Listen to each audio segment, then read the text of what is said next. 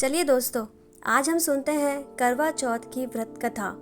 करवा चौथ एक ऐसा व्रत है जो सभी विवाहित महिलाएं करती है और सारे व्रतों में से करवा चौथ एक ऐसा व्रत है जो सभी महिलाओं को बहुत ही प्रिय है।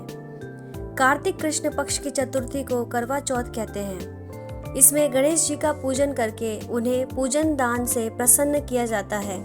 इसमें गेहूं का करवा भर के पूजन किया जाता है और विवाहित लड़कियों के यहाँ चीनी के करवे पीहर से भेजे जाते हैं। जो भी नव विवाहित लड़कियाँ होती हैं उनके यहाँ पीहर से चीनी के करवे आते हैं। इसमें कहानी सुनकर जब चंद्रमा उगता है तो उसे अर्घ देकर व्रत को खोला जाता है।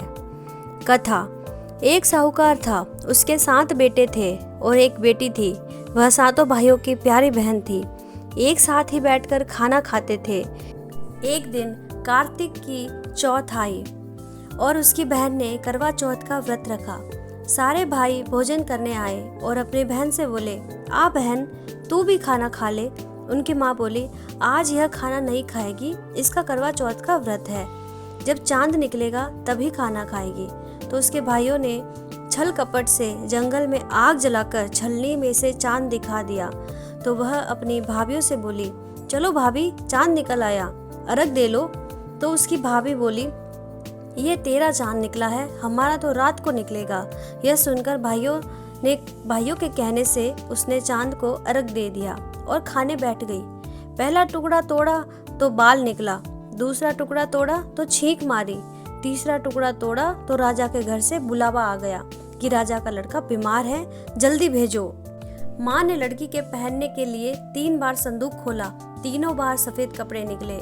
अब उसको सफेद कपड़े पहनाकर ही ससुराल भेज दिया गया और माँ ने लड़की के पल्ले में एक सोने का सिक्का बांध दिया और बोली, रास्ते में जो भी मिले पैर पड़ती जाइयो, जो तुझे सुहाग का आशीष दे उसे सोने का सिक्का दे देना और पल्ले को गांठ लगा देना।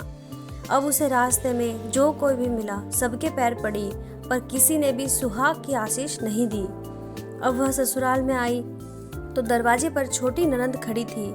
वह उसके पैर पड़ी तो ननंद बोली, सीली हो, सपूती हो, 7 बेटों की माँ हो, मेरे भाई का सुख देख। अब उसने सोने का सिक्का ननंद को देकर पल्ले को गांठ मार ली। उसके बाद वह अंदर आई। आकर देखा कि उसका पति तो मरा पड़ा है। अब वह उसे लेकर एक कोठरी में पड़ी रही। 1 साल तक उसकी सेवा करी। उसकी सास बांदी के हाथ बची कुछ ही रोटियां भेज देती। इस प्रकार उसे अपने पति की सेवा करते करते 1 साल हो गया। करवा चौथ का व्रत आया। सारी पड़ोसनों ने नहा धोकर करवा चौथ का व्रत रखा। सबने सिर धोकर हाथों में मेहंदी लगाई, चूड़ियां पहनी। वह सब देखती रही। एक पड़ोसन बोली, तू भी करवा चौथ का व्रत कर ले। अब वह बोली, मैं कैसे करूं? तो वह बोली, चौथ माता की कृपा से सब ठीक हो जाएगा। उसके कहने से उसने भी व्रत रखा। थोड़ी देर के बाद करवा बेचने वाली आई। करवे ले लो रे, करवे ले लो, भाई की प्यारी करवे ले लो। ए करवे वाली, मेरे को भी करवा दे जा। वह कहने लगी, मेरी दूसरी बहन आएगी तो वो तेरे करवे दे देगी। दूसरी आई, करवे लो री, करवे लो, भाइयों की प्यारी करवे लो। ए करवे वाली, मेरे को भी करवे दे दे।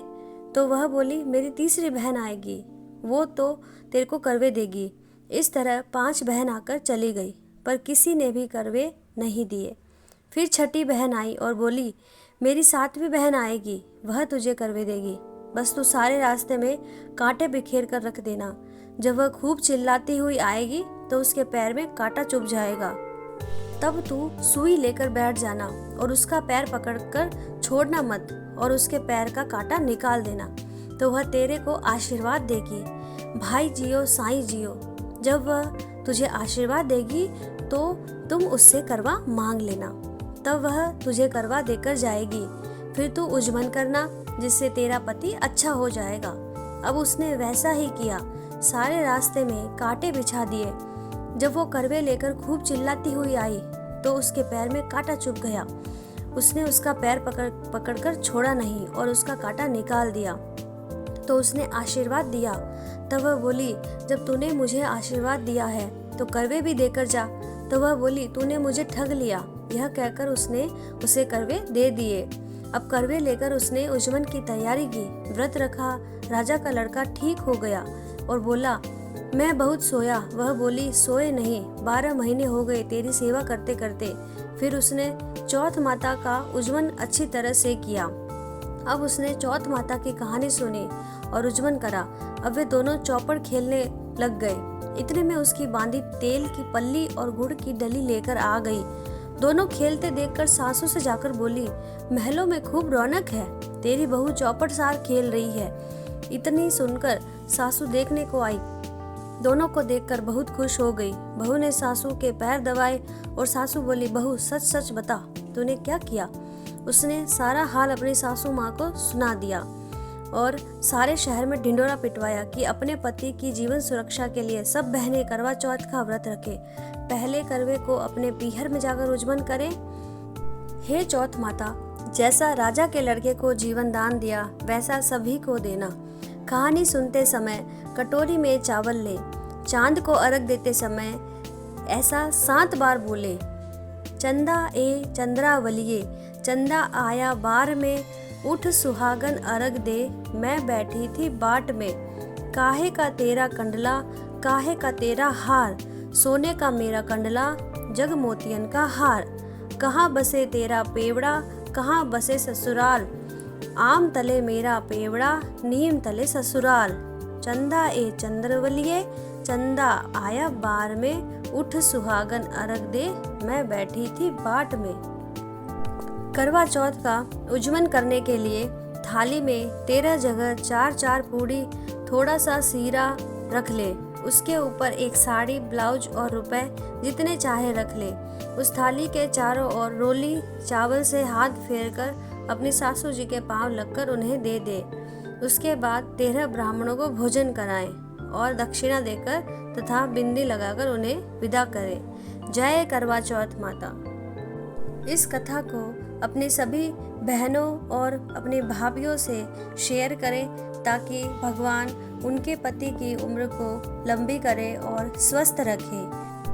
करवा चौथ माता आप सभी की जोड़ी को सलामत रखे, बनाए रखे, यही कामना करते हुए जय करवा चौथ माता।